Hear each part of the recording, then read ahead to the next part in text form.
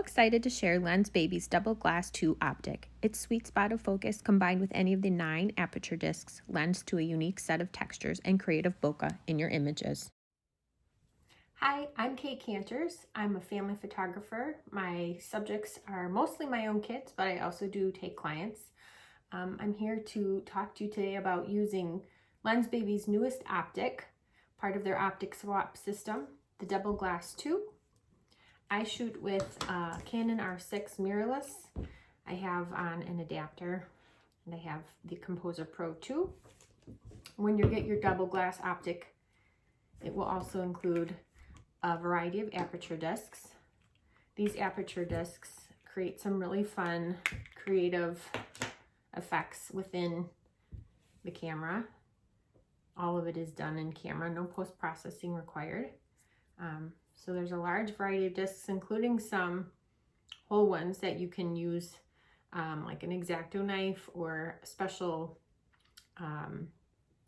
punches to create your own. When I do my session for you today, I will make sure to show you what aperture disc I'm using. And sometimes I decide on the spot depending upon what the environment is. Sometimes I have it planned out. So anyway, here's the double glass 2. It has a variable aperture of 2.5 all the way up to 22. So just go ahead and pop it into your Composer Pro 2.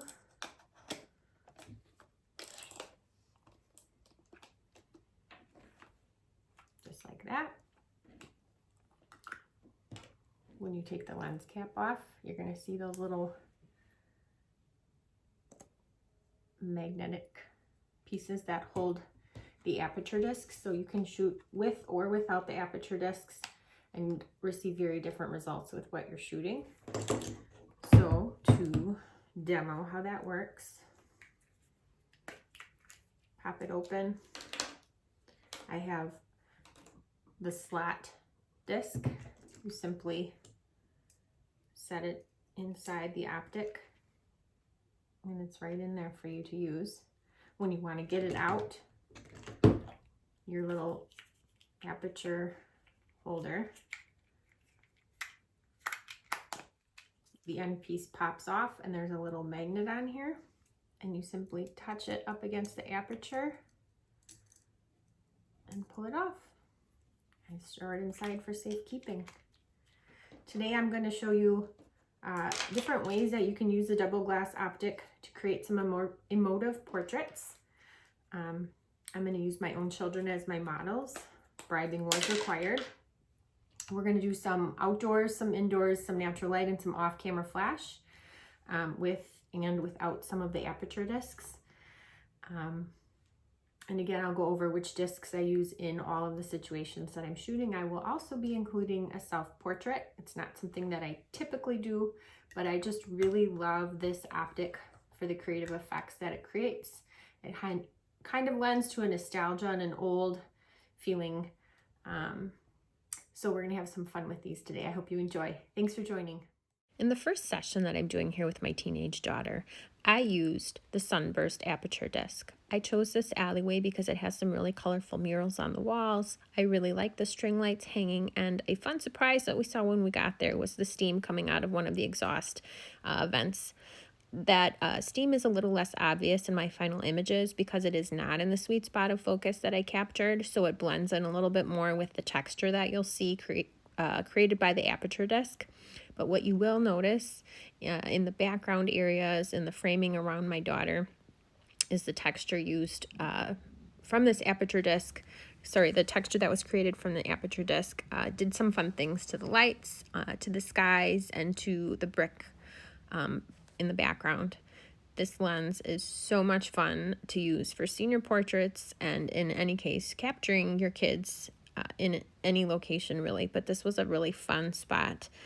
We braved the cold, and despite having some numb fingers, I think it really captured some amazing images. My aperture stayed the same at f2.5. My shutter speed was 1/250, and I had a variable ISO depending upon where she was in the alley and what the light was doing.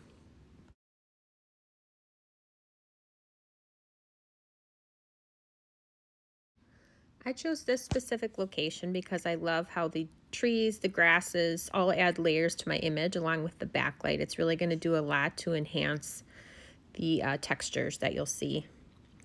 The backlight especially helps bring out some of the textures in between the tree branches and the grasses, and you'll see those more in the framing around the sweet spot of focus that you'll notice.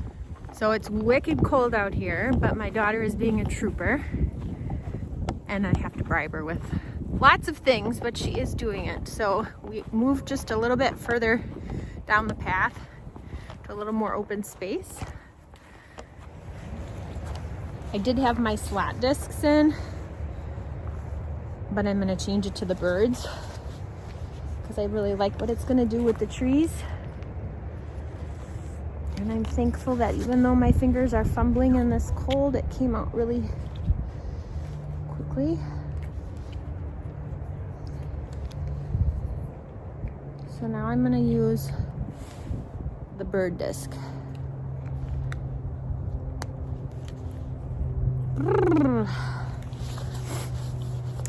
And I will say she hates the hat, but like I said, I'm doing some bribing. All right, bad girl. And as I'm taking her picture, all I'm doing is sliding around my Composer Pro until I like what I see. It does different things with the sun and lets me see the creative blur in a different way depending upon the angle that I set it at. So I'm just continuing to shoot. My daughter is really miserable here. Just trying to manage her body heat as well, as you can see. And I'm just kind of playing around as I'm shooting, tilting the Composer Pro, trying to find my sweet spot. And these are the resulting images that you can see. You'll really notice the unique textures that these aperture discs add. You'll notice the sweet spot of focus, and then the further out you move from that, you can see in this particular image, the slat disc was used. You can see the birds. In this one with the hat, again, you can see the slat disc in the textures here. So I really loved how the backlighting really enhanced the textures that you see.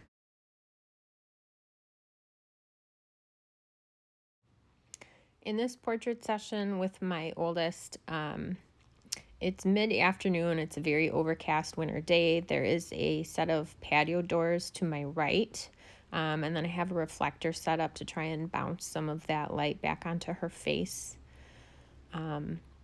Because it's so cold outside, I really had to get creative in trying to add some layers to this image so that you could see what the aperture discs do with different types of light. So with the string light here, you'll see that my star aperture changes those lights into star shapes, which were really fun, I thought, with this image. I also decided I wanted to make it a little more whimsical, so you'll see coming up in some footage, I created some glittery overlays with the star aperture disc that I then applied to my image in Photoshop just to give it a little bit more magic or oomph. Because again, the magic of these discs is that they create cool textures, or in this specific situation, they change the shape of the light. And again, with the star disc, I chose that specific one because I liked how it kind of went with this theme that I'm shooting in this. And here you'll see my setup for the starry bokeh. It's just construction paper, a very small sprinkling of just standard gold glitter, and you can see that I'm just angling my Composer Pro in different directions to try and see what it does to the shape of the stars. Shooting in a straightforward position, they'll just be a perfectly shaped star, but then when you angle it, tipping it one direction or another, it kind of extends or lengthens some of the edges of the stars. And I ended up choosing a final image where they're kind of bent to frame in a circular shape around the crown that you'll have. And you'll see in the final image how that looks. It was really a fun, just simple way to add a little extra layer when you're shooting indoors, and perhaps you don't have the same natural layers that you would have shooting in an outdoor setting. So this is that bokeh layer that I created after darkening the blacks, and the final images. Using the double glass optic to take a snowy natural light portrait. Where's my hat? Okay. Right there. Can you look right here for mommy? Right there. Close your lips. Give me a very little smile. Little smile. Look right into my camera.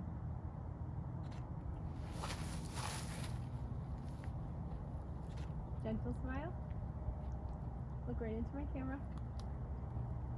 Serious face.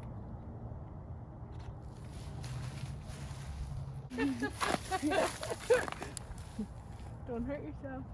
Done? Okay, hold still. Don't make that crazy eye. Okay, ready? Right there. Right like that. Where's my cute boy?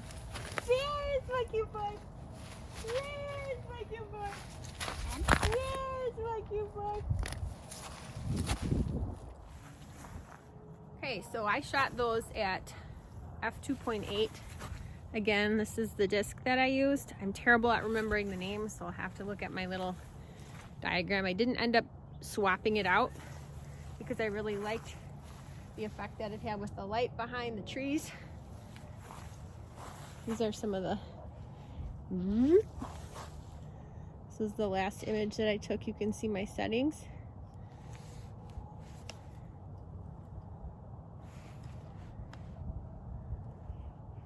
Sorry, there's a little glare there.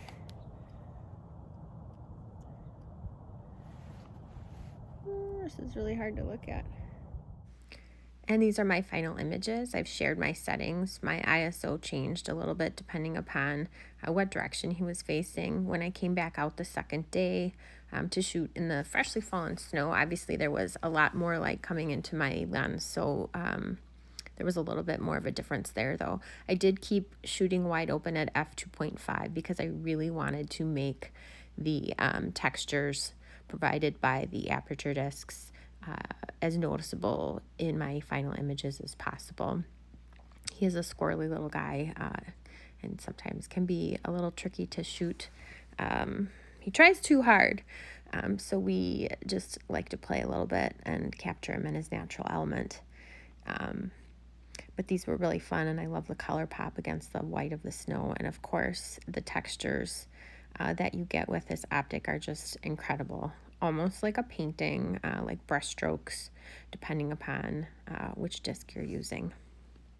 For this self-portrait, I used a white blanket with a clear plastic shower curtain liner. I laid them on the floor and draped white string lights and fairy lights behind me, as well as where I was going to lay. I positioned myself on the floor, having my camera stacked on a set of books and using my cell phone as my remote shutter. I liked to use the slot aperture disc for this picture because I liked how it changed the string lights to look like old Hollywood glam lights. You can see that I adjusted my colors somewhat in post-processing. Thanks for joining me today, and if you'd like, please check me out on Instagram at Kate Cantors.